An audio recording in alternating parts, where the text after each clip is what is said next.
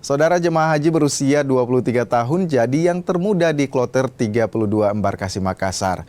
Jemaah haji tersebut berangkat menggantikan ibunya yang meninggal dunia. Di kloter 32 terdapat 60 orang merupakan jemaah lansia serta 1 orang merupakan jemaah termuda. Adapun jemaah haji termuda bernama Nurul Handrayani berusia 23 tahun asal Kabupaten Entrekang.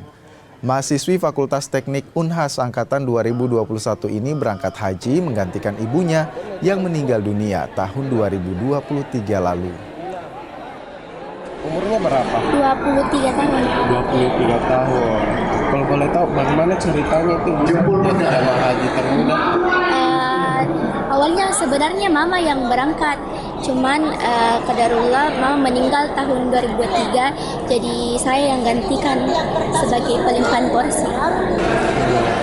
Bagaimana sih perasaannya ini saat ini? Mama wafat tahun 2023. Saat ini bagaimana perasaannya? Sedih, terharu, maunya mama yang pergi tapi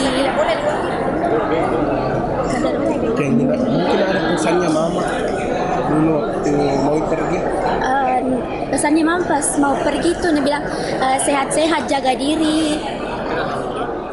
Pemberangkatan haji Embarkasi Makassar dijadwalkan berlangsung hingga 31 Mei mendatang.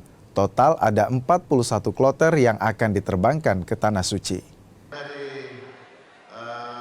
Dari 41 kloter, sejumlah kloter dari daerah di Indonesia Timur tak masuk asrama Haji Sudiang. Jemaah haji hanya transit di ruang tunggu Bandara Sultan Hasanuddin sebelum nantinya diterbangkan ke Tanah Suci. Hingga kloter 30, jumlah jemaah haji yang telah diterbangkan ke Tanah Suci melalui Embarkasi Makassar mencapai 11.700 lebih orang. Rencananya pemberangkatan haji akan dilakukan hingga 31 Mei mendatang.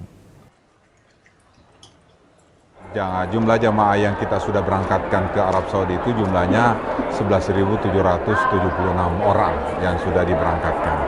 Makanya hari ini masuk kloter 32, maka masih ada 9 kloter lagi yang insya Allah kita akan terima dan akan berangkatkan ke Arab Saudi.